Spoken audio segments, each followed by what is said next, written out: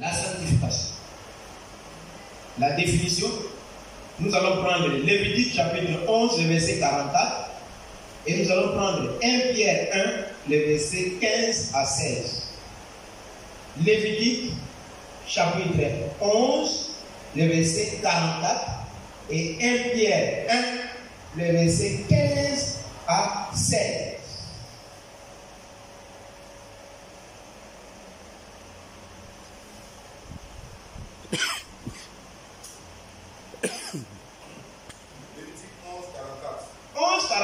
Car je suis l'Éternel votre Dieu. Je suis l'Éternel votre Dieu. Vous vous sanctifierez. Et vous serez saints. Et vous serez saints. Car je suis saint. Car je suis saint. Et vous ne vous rendez point impurs. Vous ne vous rendez point impurs. Par tous ces reptiles qui rampent sur la terre. Par tous ces reptiles qui rampent sur la terre. Allons-y. C'est ça, 44, n'est-ce pas? Vous voyez que c'est presque même notion que notre thème central ici. Soyez saints dans toute votre conduite. Voilà la base dans Lévitique. Je vous ai dit ici que Lévitique, c'est un livre entier qui est dédié. Son thème central, c'est quoi? Comment s'approcher de Dieu. C'est son thème central. Si quelqu'un te demande quel est le thème central de Lévitique, Lévitique là, vous savez que vous devrez trouver normalement dans l'étude biblique, chaque livre a son thème central, a son sujet central que chaque livre traite. Donc si on te parle de Lévitique, même si tu dors, tu ronfles, on te réveille, quel est le thème central de Lévitique? Il faut dire simplement que comment s'approcher de Dieu. Amen. Comment on s'approche de Dieu? Mais ici, on nous a montré, mais je vais revenir dessus. Mais je vais aller d'abord. Regardons d'abord, petit a, c'est que la sainteté ou bien c'est que la sanctification n'est pas. Parce qu'il y a aussi des fausses conceptions qu'on a de la sanctification. Nous allons casser ça d'abord avant de bien construire et de bien partir. Donc nous sommes dans la définition. Qu'est-ce que la sanctification? Mais bien avant de répondre à cette question, nous allons voir ce que la sanctification ou la sainteté n'est pas. Ce qui n'est pas d'abord, parce que les gens confondent. Premièrement, la sainteté ou la sanctification n'est pas une série d'interdictions. Ce n'est pas une série d'interdictions. Ça signifie quoi? Ce n'est pas le fait de te dire ça, il ne faut pas faire, ça, il ne faut pas faire. Il y a des églises, si vous allez comme ça, il y a des lois et des lois. Ici, on ne fait pas ça. Ici, on ne fait pas ça. Ici, on ne fait pas ça. Finalement, les gens entrent dans ce qu'on appelle le légalisme. Parce qu'ils ne savent plus qu'est-ce qu'il faut faire et qu'est-ce qu'il ne doit pas faire. Est-ce qu'on se comprend? Hein? Ce n'est pas une liste interminable des interdits. La sanctification. Ce n'est pas qu'on te donne une liste. Ça là, tu dois faire. Toi, tu dois boire. Ça, tu ne dois pas boire. Ça, tu ne dois pas fumer. Ça, tu ne dois pas manger. Ça, tu ne dois pas faire comme ça. Ce n'est pas qu'on te donne une liste. Il y a des églises comme ça qui rendent les gens prisonniers. Où est-ce que si tu vas là, tu entres devant la porte là, on dit, ici là, il faut enlever les chaussures. Bon, on va enlever les chaussures. Où est-ce que on dit non, ici là, avant d'entrer, il faut enlever les chaussures. Il y a des églises, je ne parle pas de mosquées. Je parle d'églises. Mais vous n'expliquez pas aux gens pourquoi on doit enlever les chaussures. Il y a même, vous avez vu même des gens qui vont jusqu'en France sans tapette, ou bien sans chaussures. Ou bien, vous n'avez pas vu ça encore. Vous n'avez pas vu ça. Je vous encourage, il faut aller une fois accompagner quelqu'un à l'aéroport. Et puis si tu accompagnes quelqu'un à l'aéroport, il faut regarder souvent les pieds des gens. Il y a des gens qui vont à l'aéroport et montent dans l'avion là, sans chaussures. Oui. Vous n'avez pas constaté? Sans chaussures, et il va en France. Sans chaussures. Pourquoi? Parce qu'on lui a dit, comme il est en tenue, soutane blanche là, ça signifie qu'il est saint. Et puis lui, il suit ce que Dieu a dit à Moïse, que enlève les chaussures, parce que l'endroit où tu le trouves est saint. Donc là aussi, quand ils se mettent en soutane, ils pensent que tout le lieu où elle passe là, c'est devenu sain, comme ça. Ils oublient qu'il y a crachat, des tuberculeux, et tous les microbes sont là. Les vers, ils oublient ça. Et ils pensent qu'ils sont sains comme ça. Ce n'est pas une liste interminable. La vie chrétienne, ce n'est pas une vie où on doit te donner des interdits. Hé, ça là, faut pas boire. Il y a d'autres même qui discutent, mais pourquoi on ne peut pas boire là-bas? Bon, il faut boire. Boire. Mais moi, je te dirais qu'on n'a pas même le niveau de consécration. On est chrétien et chrétien. Il y a des choses que je ne peux pas faire. À cause de mon degré de consécration. Tu vas faut faire. Mais moi, là, je ne fais pas. Parce qu'on n'a pas même appel. On n'a pas même vision. On n'a pas même ministère. On n'a pas même consécration. Alléluia. C'est pourquoi je vous dis, quand tu suis quelqu'un, écoutez-moi bien, chers frères et sœurs, quand tu suis un frère à l'église, il faut savoir d'abord son niveau spirituel. Est-ce que la personne que je copie, est-ce que la personne que je suis là, ses conseils, est-ce qu'il peut m'aider à grandir? Est-ce qu'il peut m'aider à évoluer? Ou bien c'est pour m'enfoncer? Il faut savoir, il y a conseil et conseil. C'est pas parce que toi tu fais ça, moi je vais dire, ah, voilà, lui il est chrétien, il fait ça. Donc moi aussi je peux faire. On n'est pas même chose. Vous m'écoutez, non? On n'est pas même chose. On est chrétien et chrétien dans l'église. Les uns seront enlevés, d'autres vont rester. Et si tu suis conseil de celui qui va rester, toi aussi tu iras où? Il faut me dire. Ah, merci. Vous savez bien aimé, pourquoi le diable a infiltré l'église? Son objectif c'est quoi?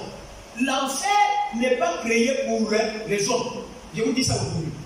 L'enfer n'est pas créé pour les hommes. L'enfer a été créé pour Satan et ses anges déchus, les démons. Mais comme ils sont venus là, sur la terre, ils ne veulent pas être brûlés seuls. Il faut influencer d'autres personnes pour qu'on soit nombreux. Je vous dis ceci. Vous savez comment le sida a été propagé en 95, en 85, comme ça là. Comment ça s'est propagé? C'est parce que ceux qui étaient contaminés, premier là, on les marginalisait, on les mettait à côté. Ils étaient discriminés. On les mettait à côté. Alors ils ont dit, ah, si on nous repousse comme ça, donc on va rester seuls ici. Bon, maintenant qu'est-ce qu'on va faire? On va aller provoquer ça. Pour que nous soyons beaucoup. Comme ça, si on est nombreux, ah, nous tous, on est contaminés. Là où on sera pas discriminés. C'est comme ça que le sida a été répandu. Donc ceux qui étaient contaminés, ils sont partis. Allez, limer, prends 10 000, limer, prends 5 000, limer, prends 3 000, limer, prends 2 000, limer. Allez, beaucoup de personnes ont été contaminés. Le temps de se rendre compte comme ça, beaucoup de personnes se sont contaminées. Mais, vous ne croyez pas? J'ai même vu à la télévision, ils montraient même, je ne crois pas que en Tunisie, je n'ai pas encore le pays, mais dans une pédiatrie, on a pris les enfants dans une pédiatrie et puis on les a injectés le virus par le corps médical. C'est en Libye, non? Hein? C'est en Libye. Libye ou quelque chose comme ça. C'est en Afrique, mais en Afrique du Nord. On les a injectés, on a montré ça à la télévision, on a suivi les informations. On les a injectés tous. Les enfants qui étaient là-bas à la pédiatrie, on les a injectés tous. On les a inoculé le virus de sida. Vous comprenez ça? Oui, on a montré ça à la télévision. Ça, c'est l'œuvre du diable. Pourquoi? Parce qu'il ne veut pas mourir seul. Il veut contaminer beaucoup de choses, beaucoup de personnes pour qu'on aille beaucoup, pour qu'ils aillent à l'enfer. C'est comme ça. Le diable ne veut pas être brûlé seul. Il veut brûler avec beaucoup de personnes. C'est pourquoi si tu suis quelqu'un à l'église, il faut savoir il est de quel côté. Parce qu'il y a aussi agents du diable à l'église. Agents du diable, ils sont infiltrés. Ils sont là. Ah non, il y a quoi déjà même? Faut prendre. Laisse la Bible a dit de ne pas faire. Prends. Ça va te faire quoi? La Bible même dit, il faut trouver le verset. Il faut trouver le verset. Prends. Ça fait quoi? Lui là n'est pas chrétien. Frère, il ne faut pas suivre parce que faut lui dire que ce n'est pas parce que lui là est chrétien. Moi, mon modèle, c'est Jésus-Christ. Ce n'est pas lui là. Lui là, il peut être un homme failli. Il peut être même un agent du diable. Mais si tu suis, toi aussi tu le suis et vous devez vous battre. Donc nous sommes en train de dire que la sanctification, ce n'est pas une liste interminable des interdits. Et ça, il ne faut pas faire. Ça, vous serez dans la loi et vous serez dans le légalisme. Mais je vais vous montrer la sanctification, c'est quoi. Deuxième élément, c'est que la sanctification n'est pas. La sanctification n'est pas aussi un style vestimentaire. N'est pas aussi un style vestimentaire ou une certaine manière d'être ou de parler. Ouais. Je suis en train de dire ici quoi? Ce n'est pas le fait de comment tu t'habilles qui fait de toi saint. Tout à l'heure, je vous ai parlé des gens qui croient que s'il se met en soutane, lui il est sacrifié. Maintenant, s'il enlève le soutane, c'est qu'il peut faire le show comme il veut. Est-ce que vous comprenez ce que je dois dire? Vous me comprenez, non? C'est-à-dire que si lui, il prend le soutane et met, donc pour lui, il est considéré comme un saint. Mais s'il enlève, il devient impur. Vous comprenez? Ce n'est pas ça. Il y a d'autres même. On dit avant d'entrer ici, toutes les femmes, attachez foulard. Si tu n'as pas foulard, tu n'entres pas ici. Il y a même nos soeurs qui s'en vont prendre le couche des enfants pour porter. Des enfants. Il y a plus ça dans l'église. Tellement que nos soeurs sont liées, donc si tu n'as pas mis foulard, tu ne peux pas entrer. On t'a dit que c'est foulard là qui va t'amener au ciel. Tu as mis c'est ton cœur. Tu peux même te barricader. Tu peux même bien te barricader ton foulard. Et puis tes oreilles, on ne voit pas. On t'a dit qu'il ne faut pas porter boucle d'oreille. Il ne faut pas porter chaînette. Il y a des églises comme ça. Ici, là, on ne porte pas chaînette. On ne porte pas boucle d'oreille. On ne porte pas ça. Regarde, ça, ce sont des choses extérieures. Hein? Ce n'est pas ça qui va t'amener au paradis. Tu peux bien te barricader, puis tes oreilles, même on ne voit même pas ton visage. Si tu veux, il faut aller prendre le warabi comme c'est que les musulmans portent là. Cache même ton visage. Mais ce n'est pas ça qui va t'envoyer au ciel. Ce n'est pas une manière de s'habiller. Que si tu t'habilles comme ça, ou bien, par exemple, je ne suis pas contre dans habit de prêtre, habit de pasteur, et c'est ça. Aujourd'hui, tu vas voir les hommes de Dieu, aujourd'hui, il est péchant. Et puis voilà, grosse croix. Il met ça devant sa porte. Regarde, tu peux aller à l'enfer avec la grosse croix sur la bouche. C'est pas croix là qui va t'emmener au paradis. Vous comprenez ce que je suis en train de dire? Ce n'est pas les habits sacerdotaux qui vont nous amener. D'ailleurs, même, on a changé même le sacerdoce. Amen. On a changé le sacerdoce. Ce n'est pas habit à prendre pastoral qui va t'amener au ciel. Tu peux porter même 100 vestes avec Paul patronal, tu ne peux pas briller à l'enfer. Je ne suis pas comme ça. Mais que ça fait, avec trois chaînettes, gros chaînettes en or, pour dire que toi tu es le bishop, avec ta chaînette, il va à l'enfer. C'est possible. Ce n'est pas une manière de s'habiller. Parce que souvent on pense que si on prend comme ça, ah, tu vois, moi je suis sacrifié. Mais regarde dans son cœur, c'est un lion qui est là, ou une lionne qui est là. Si tu le touches comme ça, va te montrer, malgré que ses cheveux sont, sa tête est ouverte, mais ce qu'il va te dire là,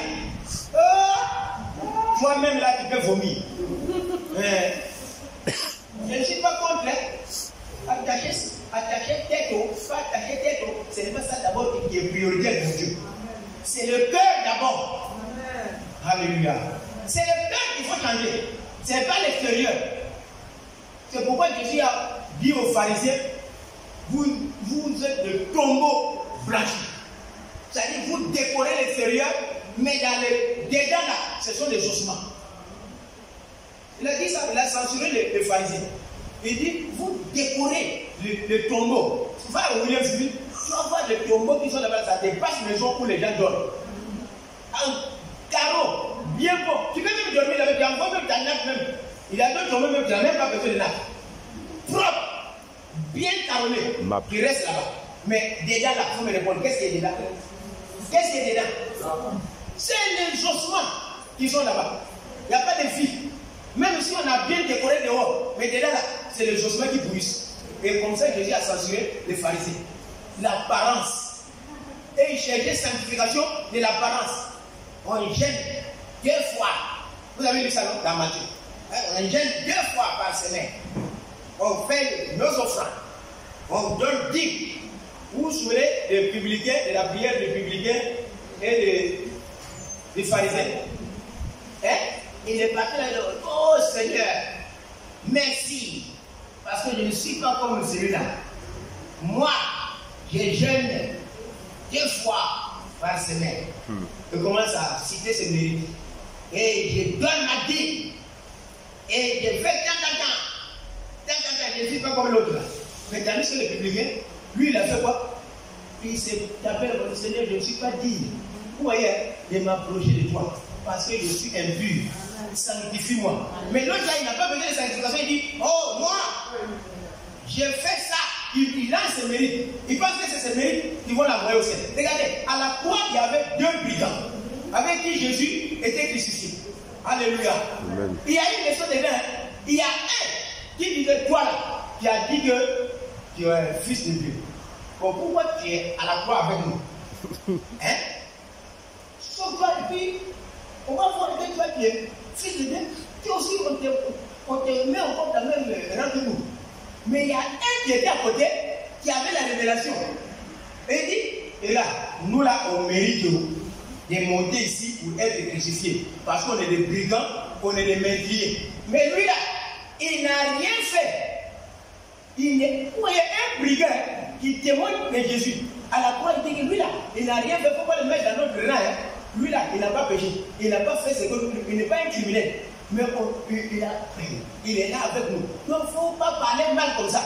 Mais vous connaissez la suite, non? Et il a demandé, il a fait une petite prière. Il n'a même pas gêné. Il n'a même pas été baptisé. Il n'a même pas suivi pour d'affermissement. Alléluia. À la fin, il dit, c'est vraiment une petite prière. Seigneur, souviens-toi de moi quand tu viendras dans ton royaume.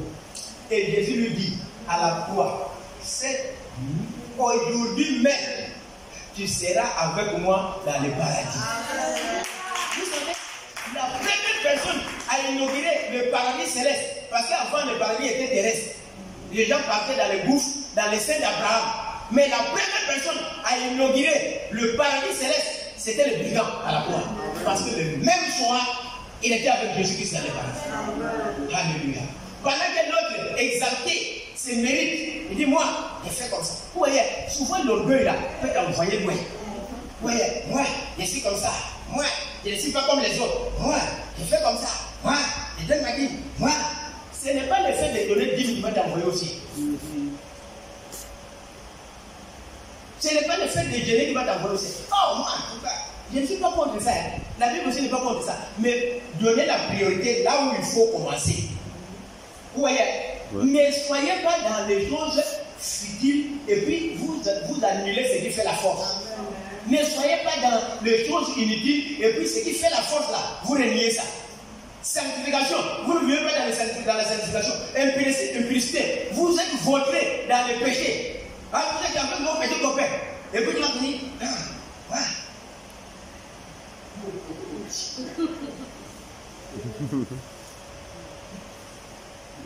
Que Dieu nous aide. C'est toi qui es là pour critiquer les gens. C'est toi qui es là pour calomnier les gens à l'église. C'est toi qui es là. Elle dit ça, elle est là, elle est comme ça. Tu n'es pas au courant. C'est toi, RFI, qui connaît tout. Attendez, si je dis bien par là que tu es en train de critiquer, tu restes. Allez, ta bouche ouverte, hein?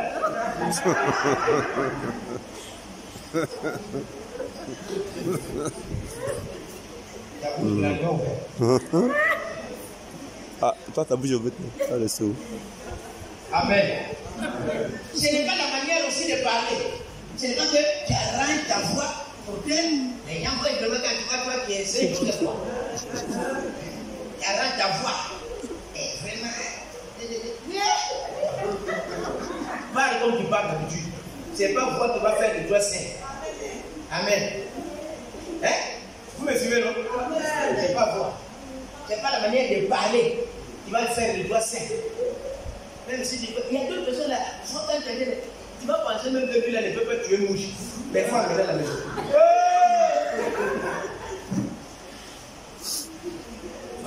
Femme, Mais va te porter pilote à la maison. Je vais te montrer qui je suis. Ah, je pensais que la manière de te parler doucement comme ça, que vraiment, tu es une bonne soeur en Christ.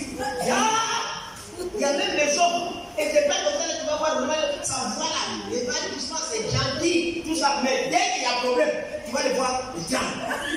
Faut pas que tu vois avec moi. Faut pas que tu vois avec moi. Si c'était pas Jésus là, j'allais te gagner avec toi. Non, c'est que tu n'es pas encore mort, c'est seulement infamie. Il n'est pas mort. Où est l'homme? Si on marche sur ton pied là, c'est là où on va voir qui est qui. Tu joues avec moi. Pourquoi tu joues avec moi? Tu sais qui je suis. Tu vis encore. C'est Joseph. Tu vas voir quelqu'un qui tremble. Attention, moi j'étais colérique. Écoute, il prend la langage évangélique. Moi j'étais colérique. Mais si ce n'était pas Jésus là. Mais tu continues d'être colérique jusqu'aujourd'hui. C'est pas fini. Parce que si Jésus t'avait transformé là, colère ça n'allait pas venir aujourd'hui. Tu allais dompter ça. Mais si tu es là, tu trembles. Regardez, même au conseil, si on rejette ton opinion, la personne est fâchée. Regardez, jeter ton opinion, ce n'est pas toi qu'on a rejeté. Mais c'est ton idée qu'on a rejetée. Mais ce n'est pas toi-même. Il faut faire la différence. Tu vas venir trembler. Moi, c'est ce que j'ai dit. Vous n'avez pas suivi. Vous allez voir ce qui va arriver dans la vie. Donc vous ne savez pas que quelqu'un peut dire aussi comme ça. Donc j'attendais que quelque chose a dit pour parler. Vous allez voir l'église là. Vous allez voir ce qui va arriver dans l'église. Écoutez, un chrétien qui parle comme ça. Vous allez voir l'église là. Si vous jouez avec moi, vous allez voir. Personne ne va rester dans l'église là. Tout le monde va partir. Donc nous on ne savait pas qu'il y avait un petit sorcier parmi nous. Mais c'est quoi? C'est le problème qui est venu là, épreuve qui est venu là, a fait sortir ta nature, ta vraie nature. Regardez, il ne faut pas penser que quelqu'un, quand il n'y a rien là, tu ne veux pas comprendre quelqu'un. Mais pour connaître quelqu'un là, laisse qu'il y ait un problème parmi vous. S'il y a un problème qui surgit là, tu vas voir qui il est. Tu vas voir, tu me connais. Toi tu me connais. Moi je ne te connaissais pas avant, parce que tu parlais gentiment. C'est pas ça. Tu parlais d'un peu dont je ne te connaissais pas. Car tu es un lion, mais avec habit de brebis dans l'église. Il y a des gens qui sont comme ça. Ils sont gentils. Ils font semblant d'être gentils. Mais dès qu'un problème surgit, c'est là que vous allez voir qui est qui. Je vais vous montrer dans cette église. Vous connaissez qui je suis. Moi là. Et puis même, pas commencer à citer même. Ma grand-mère même, c'est une grande sorcière au village. Donc tu es venu avec ici quoi. Allez. Pour venir envoûter les gens. Sois vaincu au nom de Jésus-Christ. Si vous voyez quelqu'un comme ça, le prenez-le, envoyez-le votre délivrance au nom de Jésus-Christ. Donc toi qui es venu avec une sorcellerie de ta grand-mère ici. Que Dieu nous délivre au nom de Jésus-Christ. C'est quand il y a un problème qu'on voit véritable frère ou soeur. Ce n'est pas quand tout va bien. C'est quand il y a un problème. Quand le problème surgit, c'est là où on va. Regarde, on connaît les vrais amis là, dans les difficultés. Ce n'est pas quand tout va bien. Quand il y a un problème, il y a une difficulté, c'est là où on connaît vrai amis. Qui va te soutenir. Que Dieu nous aide. Donc ça, ce n'est pas la sanctification. Qu'est-ce que la sanctification alors?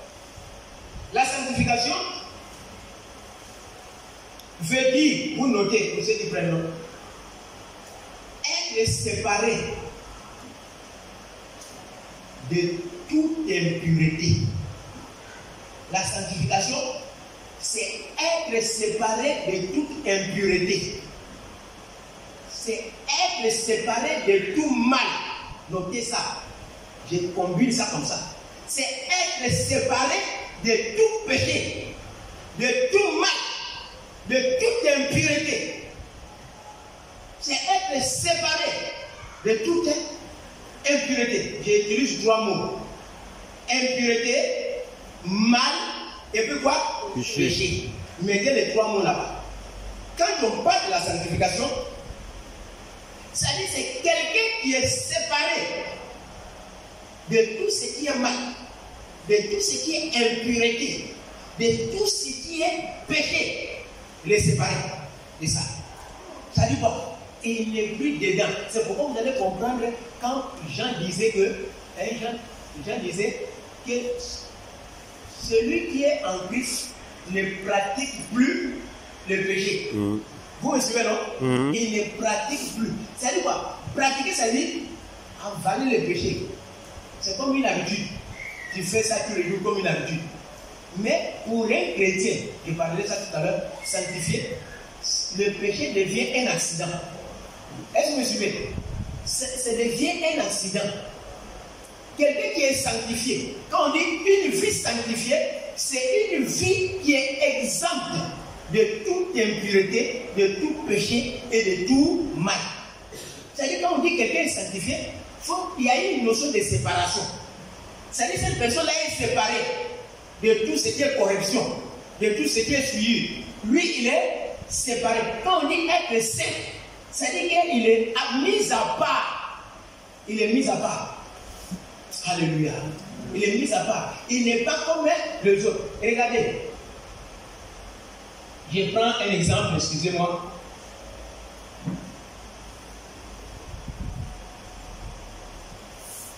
Je vais m'expliquer avec des exemples terre à terre pour que les gens comprennent. Jésus utilisait même des paraboles pour que les gens comprennent facilement. C'est ça, non? Regardez ces tam-tams ici. Tam-tam là, qui a fabriqué ça? L'homme, non? Il est ici avec nous à l'église? Non. Hein? Non. C'est qui? Parfois même il est un païen. Parfois même il est sorcier. Vrai ou faux? Hein? Il a fabriqué ça, on vend ça où? Manger. Au marché, non? On vend ça au marché, n'est-ce pas? Mais il y avait beaucoup de tam-tams dans ce lieu-là, vrai ou faux? Peut-être même il y avait 20 tam-tams. Le jour où on est allé payer ça. Peut-être il y avait 20. Mais nous, on est parti là-bas. Quelqu'un est allé soulever ça. N'est-ce pas? Et il est venu avec ici à RDR. Vous me suivez, non? Mais les 19 autres qui sont restés sont partis. Quelqu'un aussi est allé soulever pour aller avec à Korobo. Pour aller faire quoi? Pour aller jouer Koro là-bas. On est d'accord? Ou même ici, à Xikensi, chez les Abidi. Pour aller faire quoi là-bas? Chez les Abidi. Fais des générations. Fais des générations, non? Merci. Regardez, même tam-tam, on a payé ça en un seul endroit. Mais on a payé deux. Un est parti à Xikensi pour aller jouer avec les fétiches, les idoles. Mais ça là, c'est venu où? À Epel. Vous me suivez, non? Le problème, ce n'est pas le tam-tam. Mais le problème, c'est son usage qui rend ce tam-tam-ci sain. C'est-à-dire quoi? Ce tam-tam-ci est payé là-bas où il y avait 20. Mais ça, on a séparé ça. On est d'accord, non? On a séparé un pour que ça vienne ici au temple. Mais on a payé encore un. On a séparé, c'est parti à Xikensi. Vous voyez, non? C'est deux tam-tams. Entre les deux tam-tams là, lequel qui est sain? Et pourquoi? Justifiez votre réponse. Justifiez votre réponse. Ah? Dans la maison de Dieu. J'ai vu les donner des réponses même là, bien sûr. Oui, Christ. Hein? Répondez. Lequel qui est sain? Ça là, avec le tam-tam qui est parti à Xikensi. Pourquoi c'est sain? Celui qui l'utilise est sanctifié et il est saint. Non. Comment tu vas dire celui qui tape là est sain? Comment tu dis celui qui tape là est sain? L'usage qu'on en fait. C'est parce qu'on prend du pouvoir. Oui. On utilise pour adorer Dieu. Écoutez bien. Bon, merci pour ta réponse. Ce n'est pas faux. Quelqu'un ne veut pas dire merci pour ça. Question pourquoi? Pourquoi cet tam-tam est devenu sain? À cause de l'usage qu'on en fait. L'usage qu'on en fait. C'est-à-dire quoi? Il y a un, on a payé au même endroit, fabriqué par une même personne, par cette même personne, mais l'usage qu'on fait là, c'est pas même chose. Ça là, c'est mis à part pour Dieu. On donne ça un caractère sacré. Est-ce que tu comprends? C'est-à-dire que c'est tam-tam ici. On donne ça un caractère sacré. Qu'est-ce Qu'est-ce qui donne ça un caractère sacré? Par son usage. Parce que cet emblème sera utilisé pour louer Dieu. Or, notre Dieu est saint. Ce n'est pas la personne qui tape tam-tam, mais l'usage qu'on en fait. Qui s'adore? Tam-tam-là adore Dieu. Mais ce qui est parti à ce que ça adore qui? Génie. Est-ce que c'est sanctifié? Vous voyez ce que c'est la sanctification? Pourquoi vous dites que ça là c'est sanctifié et ce qui est parti à ce que c'est pas sanctifié? C'est ce que vous avez dit. C'est-à-dire que cela dépend de l'usage, l'utilisation. Ça là, c'était impur. Parce que celui qui a fabriqué ça, c'est pour même qu'il est sorcier. Est-ce que vous vous souvenez? Peut-être même c'est un féticheur. Mais tel que c'est venu ici, vous savez même de vous dire ceci. Qu'est-ce qu'on a fait de cet emblème quand on est allé payer ça? On a fait un geste. On a pris, les anciens ont fait quoi? Ou les pasteurs? On a prié. Pour faire quoi? Pour consacrer. C'est-à-dire pour dédier ça à Dieu. Ça signifie que cet emblème ici, non seulement ça entre dans les temps, mais ça sera utilisé pour la gloire de Dieu. Et on prie, on sanctifie ça, c'est-à-dire qu'on met cet emblème à part. Maintenant, je vais encore vous poser une question. Ceux qui sont partis avec le deuxième tam-tam à Sikesi, un samedi, ils tapent, ils dansent là-bas, ils disent là, bien, c'est déchiré. Pour eux là-bas, c'est déchiré. Et puis ils se rendent compte là, lui qui est allé payer, tam-tam là, ils sont entrés en amitié, ils ont son contact, et puis ils appellent que, on a notre ami, on va aller chercher pour eux, pour venir continuer les shows. Est-ce que vous me suivez? Maintenant, ils viennent là, ils envoient voir le pasteur Boni. Pasteur Boni, vraiment, on était en train de danser à Sikesi. Maintenant, notre tam-tam là, c'est déchiré. Vraiment, par amour de Dieu, on est venu. Vraiment, il faut nous pardonner. Est-ce que tu peux nous donner votre tam-tam là? On va continuer la fête à Sikesi. Pasteur, réponds. Ça ne marche pas avec moi. Ce n'est pas parce que le pasteur est dur, pas parce que le pasteur est méchant, mais parce que l'utilisation de tam-tam là, c'est pas même chose. Est-ce que vous me suivez? Ça dit que si ça sort ici, ça va à Sikesi, ça n'adore plus Dieu, mais ça adore qui? Génie. Idole. Vous voyez? Est-ce que notre tam-tam, si ça va là-bas, quand ça va revenir, est-ce que c'est toujours sain? Dites-moi. Ça serait toujours sain? Pourquoi? C'est sué. Parce que l'usage qu'on a fait là, ça n'honore pas Dieu. Quand on parle de sanctifier, une vie sanctifiée, c'est une vie qui est mise à part. Notez, c'est une vie qui est mise à part. N'est-ce pas? Mais cette vie n'est pas seulement mise à part pour rien, mais pour la gloire de Dieu. Vous comprenez? C'est ça la sanctification. C'est-à-dire qu'on est séparé, on est mis à part. Mais pour qui? Pour les créateurs. C'est-à-dire quoi? Ma soeur, tu n'es pas encore mariée. Ton corps là, c'est quoi? C'est pour qui? Dieu. C'est pour Dieu, n'est-ce pas? Vous comprendrez que quand Paul dit, on va parler de ça. 1 Corinthiens 6, 19 ou 3, 16, il dit, ne savez-vous pas que votre corps, je vais prendre ça. Allons-y dans 1 Corinthiens 3, le verset 16. 1 Corinthiens 3, 16. Parce que souvent, il y a des versets que nous lisons, mais on ne comprend pas. On ne comprend pas ce que ça signifie. C'est pourquoi je vais expliquer ça terre à terre. 1 Corinthiens chapitre 3, le verset 16. Oui, le serviteur de Dieu. Regarde ça. Vous êtes le temple de Dieu. Ne savez-vous pas que vous êtes le temple de Dieu Et que l'Esprit de Dieu habite en vous. et que l'Esprit de Dieu habite en vous? Si quelqu'un détruit le temple de Dieu, Si quelqu'un détruit le temple de Dieu, Dieu le détruira. Dieu le détruira. Vous voyez, il parlait de corps. Il dit, tu ne sais pas que ton corps là, c'est le temple de Dieu. Si tu détruis ça, si tu banalises ça, si tu négliges ça, si tu livres ça à n'importe qui, hein, Dieu va faire quoi? Il va détruire ça. Comment il va détruire? Répondez. Par quoi? Par la mort. Il va détruire ça. Si ton âme sera sauvée, mais ton corps va être détruit.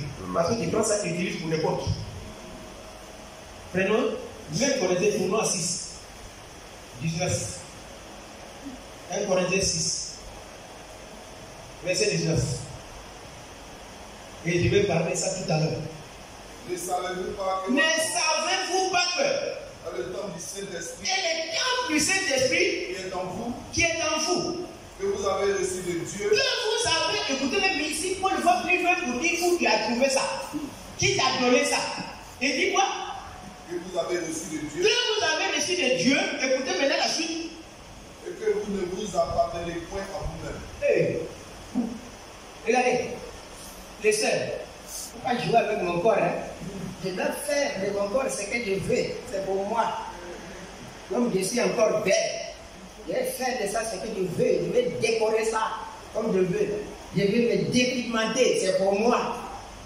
Écoutez ici la Bible dit, hein, ton corps là, d'abord, c'est Dieu qui t'a donné ça. Et puis le Dieu il dit, ça ne t'appartient pas. Depuis que tu as reçu Jésus-Christ, le corps, ça ne t'appartient plus. C'est pour qui? C'est devenu la maison du Saint-Esprit, le temple du Saint-Esprit. Le Saint-Esprit est venu entrer dans ta vie. Le jour où tu donnes ta vie à Jésus, le Saint-Esprit vient entrer en toi. Et il fait sa demeure en toi. Et maintenant, là, ça devient la maison de qui? La maison de qui? La maison de Dieu. Donc maintenant, tu peux utiliser la maison de Dieu pour aller faire la prostitution. Hein? Ce qui me fait mal même, hein, permettez-moi, tu vas voir que femme mariée, hein, mariée légalement, on a fait don, on a fait mairie et on a béni à l'église. Mais cette même femme-là, il faut regarder même son habillement. Regarde comment elle s'habille. Mariée, hein, et puis regarde même comment elle s'habille. Elle va chez les tailleurs. Elle dit, bon, si 2 mètres de donner là, utilise seulement ici. Elle reste là, prends ça pour coudre. C'est ce que tu veux. Mais moi, il faut faire seulement ici. Et puis, c'est dans ça là qu'il vient à l'église. Et puis, il vient à l'église, il s'assoit ici, devant les pasteurs. Il vient bien suivre le message. Et puis, c'est Jean même, il a ouvert comme ça.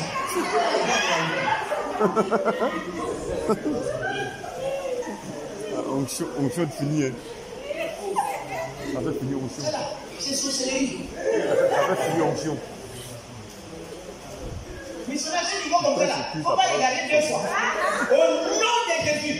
Allez, tu vas voir, l'esprit de sélection va sortir. Amen. Nous qui prêchons souvent, nous souffrons. Nous qui prêchons là, nous souffrons. Il y a des gens qui viennent à l'église, ce n'est même pas pour écouter le message. Il s'est préparé à la maison. Comment il va aller faire pour que l'homme de Dieu là, grand? Il y a des gens comme ça.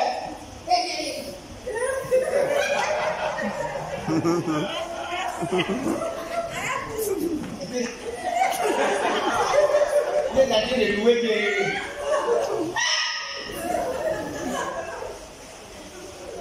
C'est la sorcellerie. C'est la sorcellerie. Il y a des gens qui font comme ça.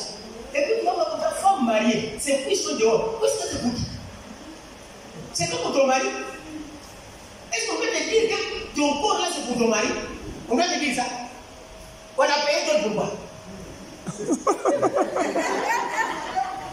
Mais je vais vous dire, on a payé toi pour quoi? On a envoyé à la mairie pour quoi? Et on est venu bénir à l'église pour quoi? Pour que tu puisses aller livrer ça à tout le monde encore. Que 20 ans au nom de Jésus-Christ. Ceux qui sont les frères, si vous vos femmes, avant de sortir de la maison, il faut lui demander, habiter du corps là, c'est pour la gloire de qui? C'est pour aller séduire qui encore? C'est moi-même qui ai déposé qui a levé. Tu penses ça pour aller faire quoi? Hein? Regardez, moi, ma femme avant de sortir, elle me dit, papa, tu veux que je porte ça? Oui. Si elle dit oui, voilà. Si elle dit ça, elle dit pas ça, ça te rend petit comme ça, il faut laisser. Et puis, prends ça comme un cadeau à quelqu'un.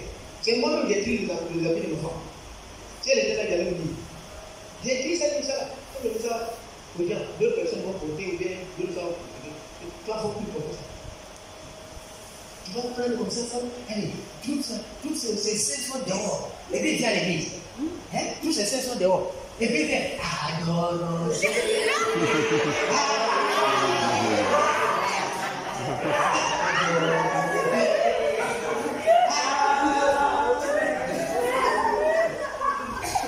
C'est quel Dieu ça? C'est quel Dieu? On est en train d'adorer ça. C'est quel Dieu? On est en train de profaner le temple de Dieu. Hein? C'est quel Dieu? Les saints sont dehors. Les saints sont dehors. C'est quel temple? C'est quel corps Dieu a? C'est quel corps? Je peux pas vous réfléchir. Hein? Si je ne suis pas venu pour vous faire rire, mais je fais passer le message. Tam là est séparé. Pourquoi le pasteur dit ça ne peut pas aller à ce cas-ci? Parce que si ça va à ce cas-ci, on va aller utiliser ça pour les génies. Donc nous là, on ne veut pas que notre temple soit tué. Donc, comme c'est séparé pour Dieu, ça ne sort pas. On est d'accord, maman? On est d'accord, maman? Même chose que ton corps, c'est pour ton mari. Tu es marié?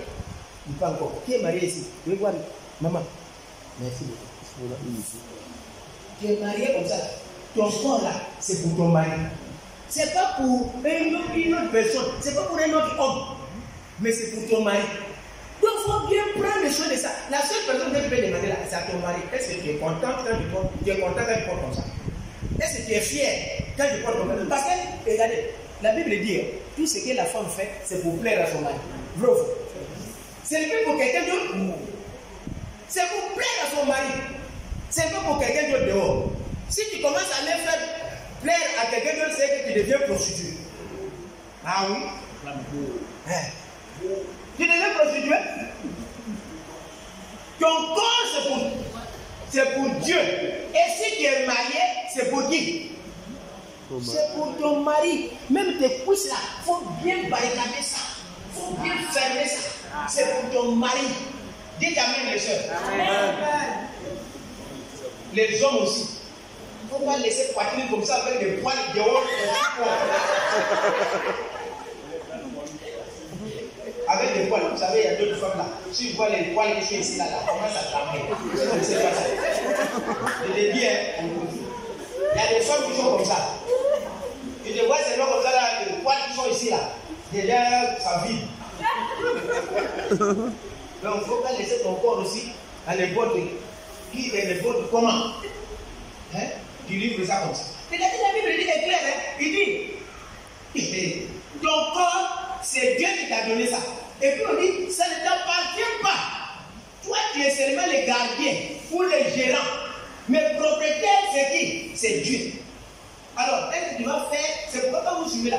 Paul même dit, est-ce qu'on va prendre le corps, n'est-ce pas, de Dieu pour faire un temple d'idole? Non. Mais il y a des choses qu'on ne va pas te dire, mais toi-même tu sais que ça là, je ne peux pas faire. Vous me suivez, non? Ce n'est pas une interdiction. Oh non, je veux que les femmes ici s'habillent comme ça. Oh, on ne veut pas voir mini-jupe. Ah, mais toi-même, quand tu portes mini-jupe là, tu te regardes comme ça là. Est-ce que ça là, mon mari, sera content? Vous savez, il y a d'autres sœurs, permettez-moi, ceux qui ne sont pas mariés. Vous savez souvent pourquoi vous ne vous mariez pas? Parfois c'est habillement seulement. Les frères prient, oh Seigneur, donne-moi vraiment une âme sœur qui te connaît, une sœur consacrée à toi, une sœur qui te craint, une sœur. Et puis quand il va ouvrir les yeux comme ça, voilà toi les saints sont dehors. Tu penses qu'il va venir? Quand il regarde, il dit, ça là, c'est une petite sœur de Manu Wata qui est là. Vous comprenez? Il vient pas. Toi qui es là, Seigneur, est-ce que les frères dans l'église ne me voient pas? Pourquoi ils ne me visent pas? Les frères regardent. C'est qu'on voit dedans là. Pas ça là,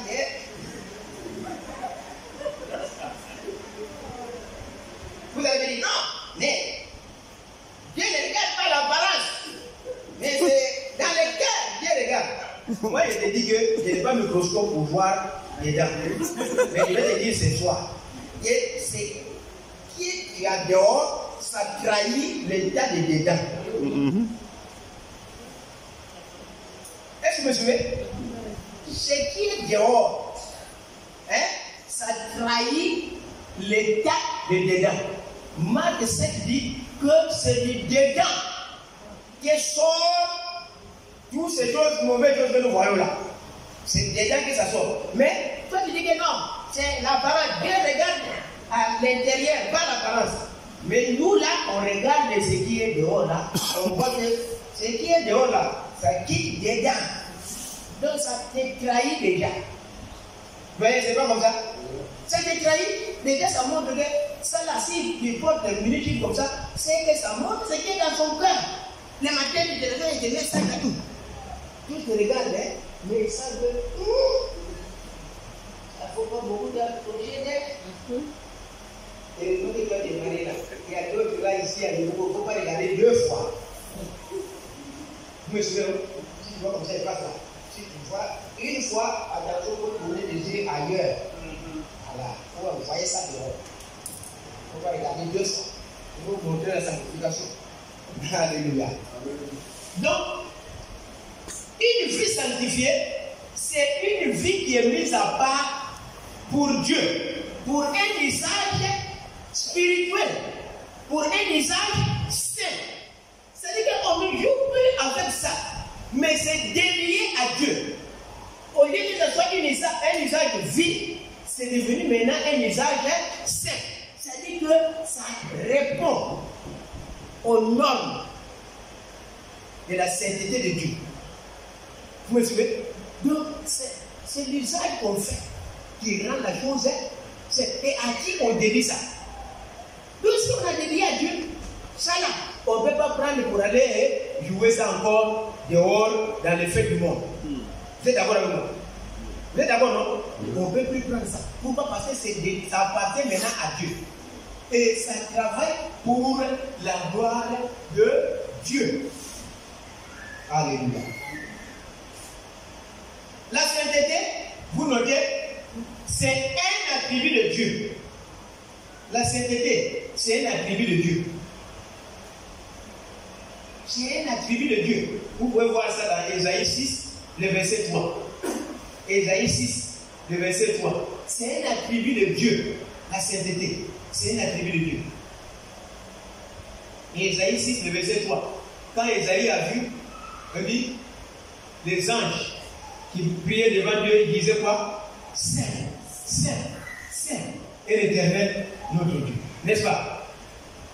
Donc, être saint, vous notez, être saint, c'est être moralement irréprochable. C'est être moralement irréprochable. Être saint, c'est être moralement irréprochable. Ou encore, c'est être entièrement séparé de tout ce qui est mal.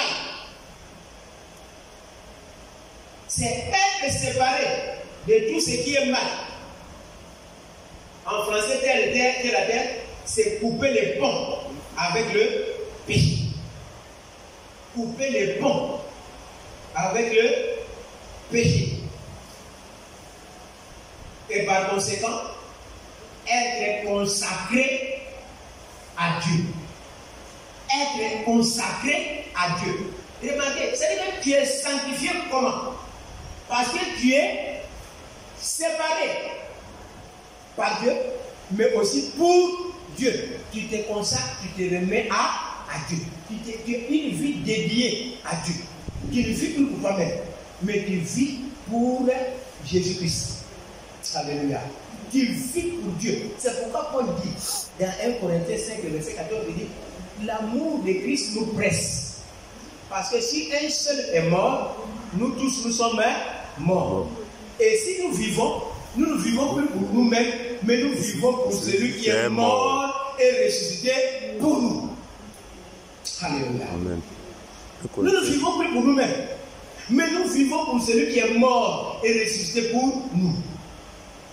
Donc, bien aimé, pour couper pour la sanctification, c'est le fait de te séparer de tout ce qui est impureté, péché, mal. Tu es séparé de ça. Tu ne touches plus à ça.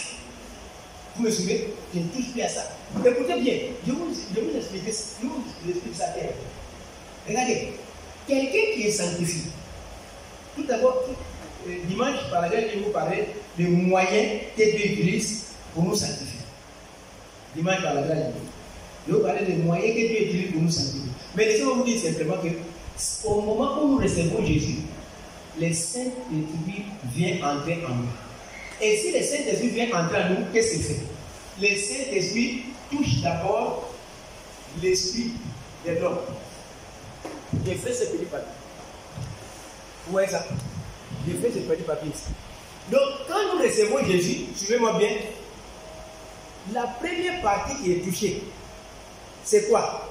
À l'intérieur ici, c'est le Saint-Esprit. C'est-à-dire le Saint-Esprit vient habiter où se trouve l'esprit de l'homme. Le Saint-Esprit vient prendre ça.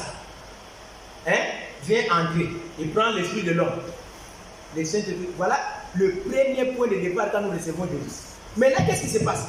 Quand nous recevons Jésus, le Saint-Esprit vient habiter en nous. Mais quand le Saint-Esprit vient habiter en nous, ce n'est pas fini. Il doit faire un travail. Le travail, c'est quoi? Vous voyez maintenant, il doit passer l'esprit pour passer maintenant au niveau de l'âme. Le Saint-Esprit va toucher maintenant l'âme, nos pensées, sans des décisions, nos émotions, va toucher ça. Maintenant, s'il touche l'âme, ce n'est pas fini. Le Saint-Esprit doit aller toucher le corps. Vous êtes d'accord avec moi? Le Saint-Esprit doit aller toucher le corps. L'esprit ici, c'est au moment où nous recevons Jésus. 1 Corinthiens 12, 13. La Bible dit, nous tous, nous avons été baptisés, plongés dans un même esprit pour former un seul corps. Vous êtes d'accord, non? Quand nous recevons Jésus, le Saint-Esprit vient habiter en nous. Maintenant, quand le Saint-Esprit vient habiter en nous, ce n'est pas fini. Le Saint-Esprit doit faire un travail interne. Le travail interne, c'est quoi? Il doit prendre maintenant ici, pour toucher la deuxième partie qui est l'âme, les pensées. Nous partons doucement par là. Soyez saints dans toute votre conduite. Toute votre conduite, ça commence par où? C'est dans l'esprit. C'est pourquoi Paul dit, dans 1 Corinthiens chapitre 12, et 1 Corinthiens chapitre 2, le verset 14 à 15, il dit, l'homme animal ne reçoit pas les choses de l'esprit, car c'est spirituellement qu'on en juge. Vous comprenez ce que je veux dire? L'homme animal, c'est qui? C'est l'homme qui n'a pas Jésus. L'homme qui n'a pas reçu Jésus, il est la même chose qu'un cabri. Il est la même chose qu'un mouton. Donc, il est comme ça. Alors, qu'est-ce qui se passe? Il dit, c'est spirituellement. C'est-à-dire que le Saint-Esprit doit toucher l'esprit de l'homme. Vous voyez, n'est-ce pas? Il touche l'esprit de l'homme quand le Saint-Esprit vient habiter en nous. Maintenant, ce n'est pas fini. Quand le Saint-Esprit touche, il doit maintenant aller toucher un autre domaine qui est l'âme. Or, l'âme, c'est là où se trouvent les pensées. Vous comprenez avec moi? Quand Paul disait que tout ce qui est juste, Philippiens 4, 8, que tout ce qui est juste, que tout ce qui est honorable, que tout ce qui a l'approbation soit l'objet de vos pensées. Philippiens 4, 8. C'est-à-dire que ça doit aller toucher les pensées. Tu ne dois plus réfléchir comme dans le monde. Est-ce que vous comprenez? Vous n'avez plus les mêmes pensées parce que le Saint-Esprit est venu entrer en toi. C'est pourquoi Romains 12, le verset 2 dit, soyez transformés par le renouvellement de l'intelligence. Vous voyez, quand quelqu'un est né de nouveau, le Saint-Esprit vient entrer et puis le Saint-Esprit commence à toucher même ses pensées. Est-ce qu'on est d'accord avec moi? Vous suivez la logique, non? Il touche ses pensées. Ses pensées commencent à se transformer et il ne parle pas de la même manière que les autres. Il ne voit pas les choses de la même manière. Il n'a plus les mêmes intérêts que quand il était dans le monde. On est d'accord, non? Amen. Maintenant, si les pensées, l'âme est touchée, le Saint-Esprit continue le travail. Il doit aller maintenant toucher quoi? Le corps. Prenons le même passage, 1 Corinthiens chapitre 6, le verset 20, que nous avons déjà lu ça. On va terminer. Prochainement, si on a un séminaire, faites tout pour venir tôt. Parce qu'on commence presque à 19h30. Hein? Et vous voulez qu'on finisse. Vous partez. Parce que vous allez dire que on va parler aussi pour vous. Mais pourtant, vous-même, vous venez. Hein? Car, moi, j'ai quitté la maison. Quand je demandais au pasteur, il était déjà dans son bureau. 17h30, déjà presque, il était dans son bureau là-bas. Vous aussi, vous devez courir. C'est pourquoi moi, j'aime Le frère catholique, hein. Il n'a pas d'avoir si le prêtre a dit que c'est 6 heures. 6 heures, bien bon. Et la grâce du Seigneur soit avec vous. Et votre esprit. Allez. Il n'y a pas fait de retard là. Mais nous là, on vient. On dit, ça doit changer au nom de Jésus-Christ. Ça montre à quel degré nous sommes dans le contact avec Dieu, dans l'intimité avec Dieu. Oui, 1 Corinthiens 6, 20, alors. Car vous avez été rachetés à un grand prix. Oui. Glorifiez donc Dieu dans votre corps et dans votre esprit qui appartiennent à Dieu. Vous voyez, hein? Vous avez été rachetés à un grand prix. Qu'est-ce que vous devez faire? Glorifiez donc Dieu. Où? Dans votre corps. Vous voyez maintenant que ça épouille ce qu'on a dit que votre corps ne vous appartient pas. Parce qu'on dit maintenant, on doit glorifier Dieu dans votre corps. Et pourquoi je ne devais pas laisser le pouce? C'est parce que tu dois glorifier. Le pouce là doit glorifier Dieu. Et si tu dois glorifier Dieu, ce n'est pas pour exposer à n'importe qui. On est d'accord, non? Ton corps est le temple du Saint-Esprit. Il ne doit pas être exposé n'importe comment. Tu es le temple de Dieu. Alléluia. Est-ce qu'on comprend? On se comprend, non? Voilà comment le Saint-Esprit fait. Quand il reçoit le Saint-Esprit, le Saint-Esprit vient habiter en toi. Il touche d'abord l'esprit de l'homme. Maintenant, l'esprit de l'homme, qu'est-ce que ça veut dire? Je vous explique en pratique pour terminer. Regarde, dès que le Saint-Esprit entre ici, avant là, où tu sentais que tu peux pécher puis ça ne te dit rien, écoutez bien. Comme celui qui est entré là, il s'appelle Saint-Esprit. Est-ce que vous suivez? C'est-à-dire l'esprit là est comment? Saint. Ah, vous voyez encore tout, c'est grave. C'est-à-dire qu'il n'aime même pas pécher. Donc quand nous disons au Seigneur Jésus, viens entrer dans ma vie, ça montre que toi-même là tu es en danger. Parce que si Jésus vient entrer, il y a des choses qu'il va balayer dans ta vie. Il va balayer ça, parce que ça ne peut pas cohabiter. Il va balayer ça dans ta vie. Il va enlever ça. Qu'est-ce qui se passe? Avant là, où tu trouves que c'est normal de pécher, mais maintenant que le Saint-Esprit est venu, écoutez ce qui se passe. Avant même de pécher, le Saint-Esprit signale les gars. Et attention, attention, attention, attention, corps étranger. Corps étranger. Vous me suivez, non? Écoutez-moi pour terminer. Si tu vois dans ta vie ce soir, il faut aller vérifier sur ça. Si tu vois dans ta vie que tu pêches et puis ton cœur ne bat pas et ça ne te dit rien, tu n'as pas de tristesse, tu n'as pas de remords, c'est qu'il y a quelque chose qui se passe ici. Oh, il peut être là. Mais Ephésiens 4:30 dit, n'attristez pas le Saint-Esprit. Vous voyez, plus tu pêches, tu attristes le Saint-Esprit et le Saint-Esprit te laisse ne pas plus. Il te fait plus signal. Il dit, mon frère, allez, faut aller. Pas aller te cogner. Quand tu vas aller cogner là, tu vas venir. Vous comprenez ça? C'est là que les gars disent, non, moi là, en 83, Dieu me parlait. Quand Dieu me parlait, vous voyez, on est en 2019. C'est du sort.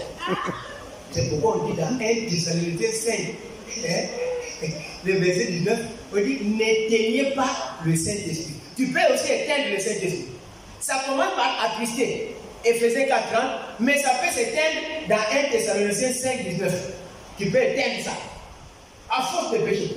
C'est pourquoi, bien aimé, quelqu'un qui a reçu Jésus, qui vit sa vie authentique, avant même de pécher, ça doit montrer que, attention, attention, attention, ça crée une peur, une crainte du péché en toi, la haine du péché en toi, ça te signale. Mais si tu vois là, hein?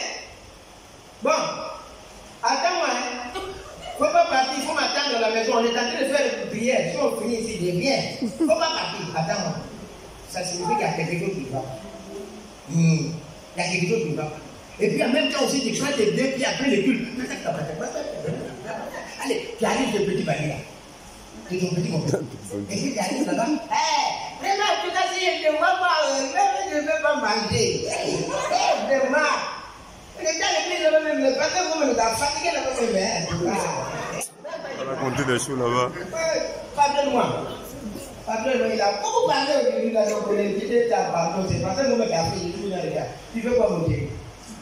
Mais c'est quelque chose qui passe pas. Quelque chose qui va pas.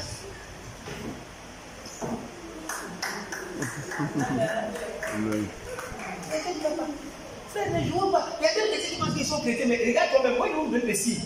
Même le salut là, ça donne signe. Toi-même, tu peux savoir déjà que je suis sauvé ou même pas. Ah oui. Il y a des signes du salut. Et même signes de sanctification.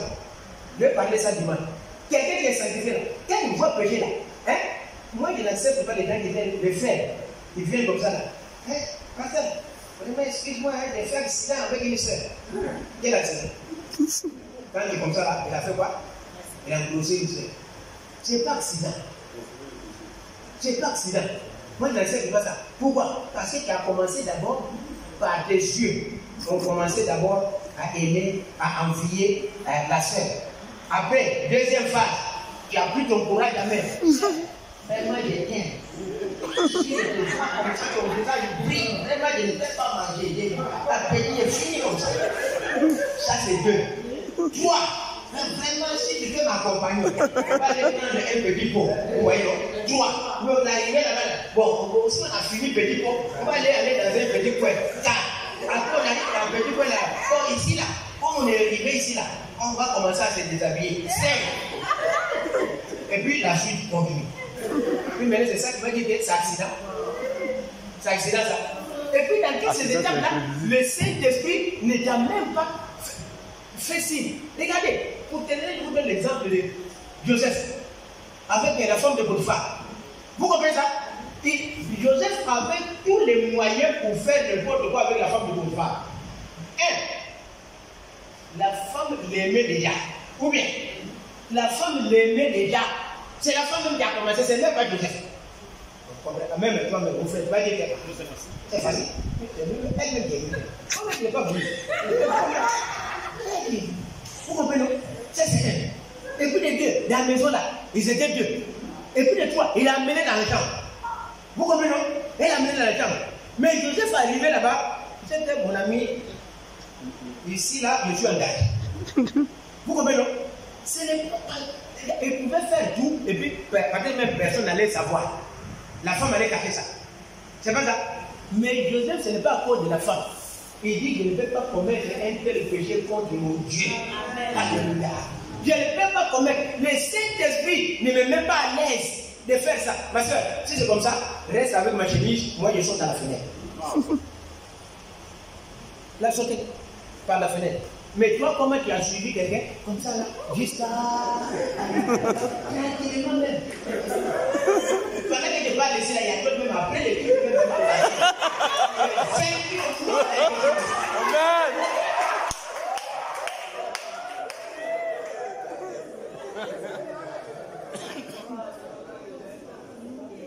Amen. Au nom de Jésus-Christ. Regardez, pour terminer là. Vous terminez Quand j'ai donné ma vie à Christ, écoutez bien, quand j'ai donné ma vie à Jésus, j'ai vécu avec une soeur chez moi au pays. En tout cas, la soeur, elle était aimée dans ma famille, presque il restait un peu seulement des doigts et puis fini. Mais quand j'ai donné ma vie à Jésus, et la première réaction, la soeur n'a rien fait. Mais bien que je le vois entrer dans notre cour, dans la maison, viens comme ça. Moi, mon cœur là, je suis plus à l'aise. Mon cœur bat. Pourquoi? Parce que il va m'amener encore vraiment. Il va me dire d'aller. Vous comprenez, non? Je suis plus à l'aise. Jusqu'à j'ai pris courage à main. Je lui ai dit: ma soeur, pardon. Et puis quand j'ai donné ma vie à Jésus là, je sens qu'on ne doit pas continuer comme ça.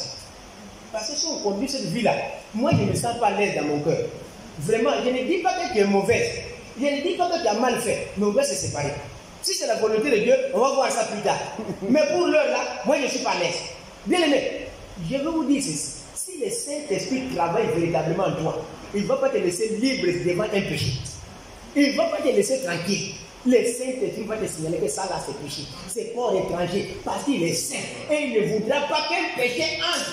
Un corps étranger entrer dans le corps, dans le temple de Dieu. Le Saint-Esprit va te signaler. Le Saint-Esprit va te signaler. Vraiment chrétien authentique qui a sa communion avec Dieu. Bien aimé, il n'a pas besoin de pasteur. Pour que le pasteur te poursuive. Même si le pasteur n'est pas là, mais tu sauras qu'en moi là, il y a Saint-Esprit qui travaille. Tu dis c'est bon comme ça. C'est bon mon frère au paradis. J'ai dit à la soeur, ce n'est pas parce que tu es méchant, ce n'est pas parce que tu n'es pas belle, mais dans mon cœur là, je vois que je ne suis pas à l'aise. Je ne suis pas à l'aise, par contre, on va se séparer comme ça. C'est pas quelqu'un qui m'a dit, il faut laisser la fille là. Je dis, je ne suis pas à l'aise. Parce qu'on va aller dans l'impudicité et tout ça. C'est pas bon. Et je ne suis pas à l'aise. Mais bien aimé, si tu te sens à l'aise, je parle à ceux qui vivent dans les concubinages. Tu as pris notre soeur en otage, tu ne veux pas la marier, et puis toi tu es là seulement pour limer seulement. Limer seulement. Limer. Et puis, on a même pas des enfants. Pasteur, il faut venir prier pour l'enfant. Demain encore. Pasteur, il y a 3e qui est né. Il faut venir encore prier. Demain encore, il y a 4e qui est né dans le concubinage. Tu es vaincu au nom de Jésus-Christ ce soir.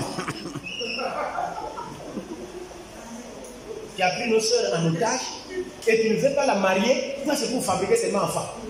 Tu es petit sorcier comme ça. Et puis là, je t'aime. Vraiment, je t'aime. Mais si tu l'aimes là, pourquoi ne pas revoir ses parents pour payer la dot? L'amour se prouve. L'amour se met dans la bouche. L'amour se prouve.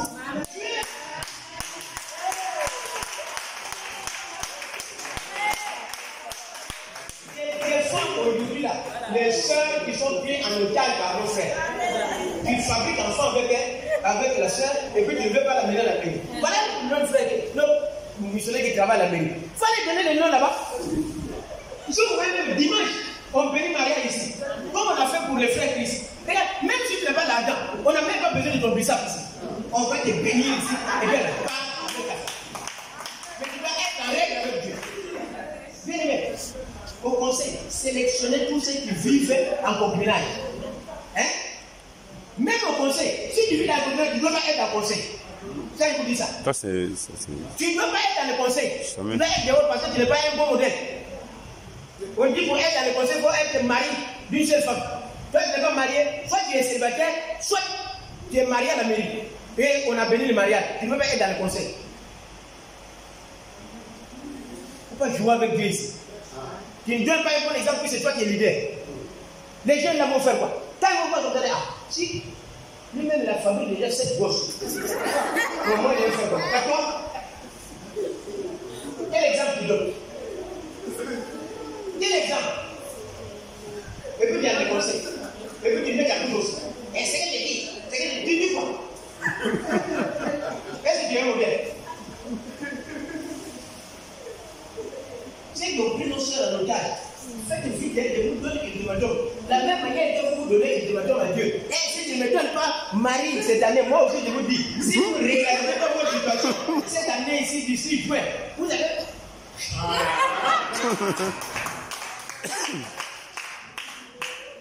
Amen. Je m'arrête là parce que je vais mettre du feu sur une étage. Amen.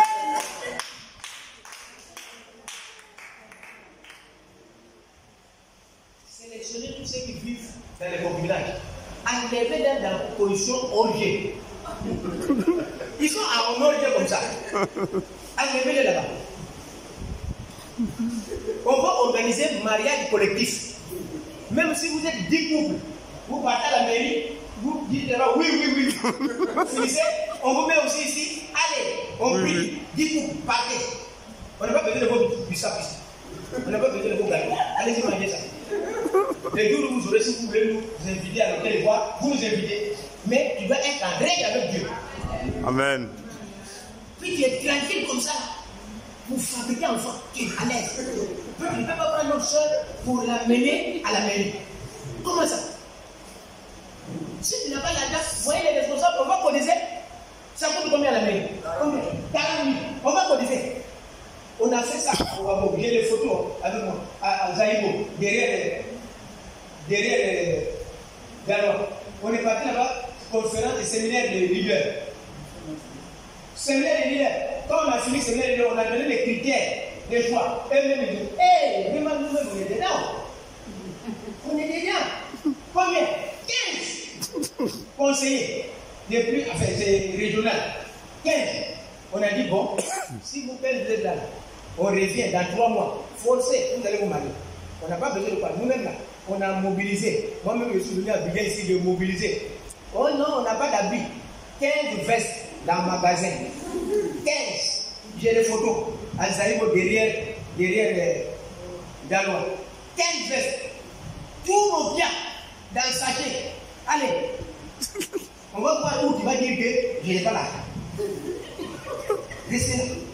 Et puis on est parti voir le maire. Il dit, venez là-bas, on a 15 couples qui vont venir. On a payé 4 ans. Le maire est venu. 15, allez. C'est pas fini. On a fini quand le maire est fini là, dimanche à l'église. Allez, c'est pas fini. Allez, prends la fois pour partir. Il faut être en règle pour nous diriger. Amen.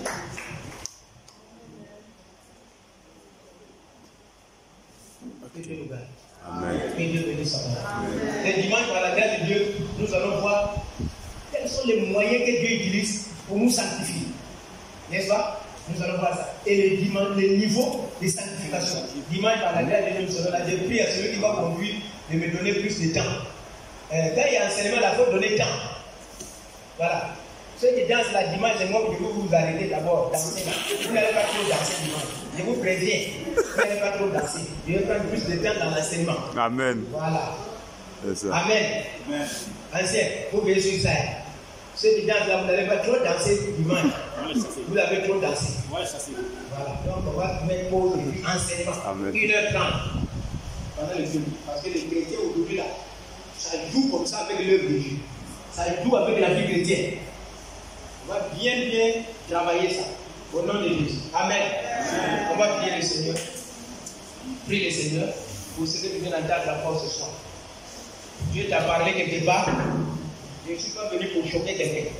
Mais je crois que le Saint-Esprit t'a parlé. Au contraire, même c'est le Saint-Esprit peut-être qui t'a choqué. Mais demande pardon à Dieu là où il faut demander. Répands-toi. Demande pardon à Dieu. Dis au Seigneur, là où Dieu t'a touché, demande-lui pardon. Seigneur, aujourd'hui, tu m'as parlé à quel endroit? Demande pardon, Seigneur. J'implore ta miséricorde. Pardonne-moi. Dieu ne rejette pas celui qui vient à nous. Il a dit qu'il est prêt et fidèle pour nous pardonner. Même plus loin, pour nous purifier. Il va plus loin pour nous purifier de l'iniquité. Bien aimé, demande pardon là où il faut demander pardon à Dieu. Dans ta marche, dans ta légèreté, dans la foi chrétienne.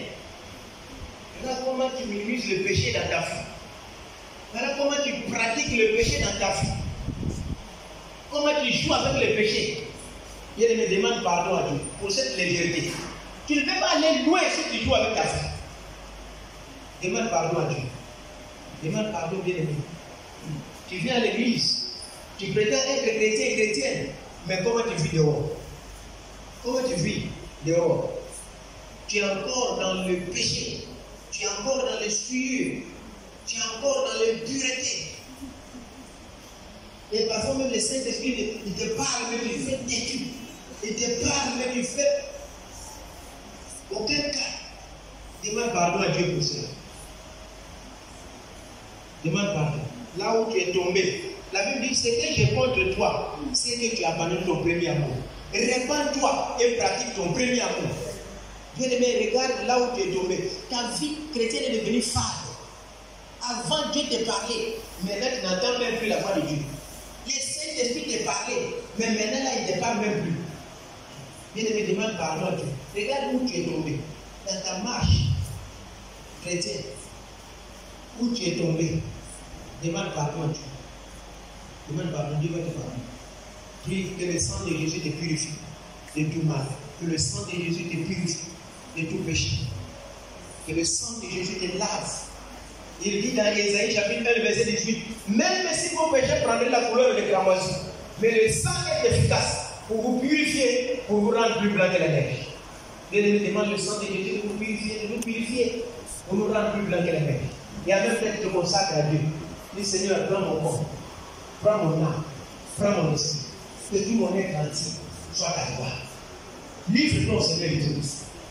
Livre ta vie à Jésus. Livre ton corps à Jésus. Livre tes membres à Jésus. Seigneur, je veux t'appartenir. Je veux être à toi, tout entier. Aucun domaine, aucun aspect de ma vie ne soit hors de ton contrôle. Demande au Seigneur, prends le contrôle de tout mon être. Prends mon corps, prends mon âme, prends mon esprit, prends mon être entier. Demande au Seigneur bien-aimé que Dieu t'aide. Crie à Dieu. Vous savez, souvent nous passons le temps à demander à Dieu. Mais souvent, nous ne passons pas le temps à demander à Dieu pour qu'il nous transforme. Bien-aimé, demande à Dieu. Seigneur, je vais t'appartenir. Je vais être à toi tout entier. Je vais t'appartenir. Mon corps va te glorifier. Mon âme va te glorifier. Mon esprit va te glorifier. Prends le contrôle de tout mon être. Je m'abandonne à toi. Je m'abandonne à toi. Abandonne-toi au Seigneur. Seigneur, utilise-moi. Fais de moi un instrument de ta gloire. Entre tes mains, je m'abandonne. Alléluia. Bien-aimé, peut-être que Dieu t'a affiché quelque part. Tu es en train de vivre le dos, tu es dans les mensonges, tu es dans l'impudicité. Commence à prendre une décision. Ce soir, d'arrêter. Ce soir, de rompre des relations qui ne sont pas pour la gloire de Dieu. Peut-être que là même tu te poses la question que comment tu vas payer ta maison, comment tu vas payer ta commande, comment tu vas payer les gens, ce n'est pas là le problème. D'abord, il faut chercher à plaire à Dieu. Prends une décision bien aimée. Ça m'est arrivé dans ma vie. C'est venu dans ma vie, j'ai vécu ça. Et moi-même, j'ai pris le côté, prier Dieu, et Dieu m'a donné la force. J'ai rompu ça. Parce que je voulais plaire à Dieu. Parce que je voulais suivre le Seigneur. Parce que je voulais me consacrer pour que Dieu me guérisse. Puis le Seigneur bien aimé. Toi aussi, Dieu a un programme pour toi. Il a un plan pour toi. Bien aimé, tu n'es pas n'importe qui. Tu es une propriété privée de Dieu. Tu es une propriété privée de Dieu.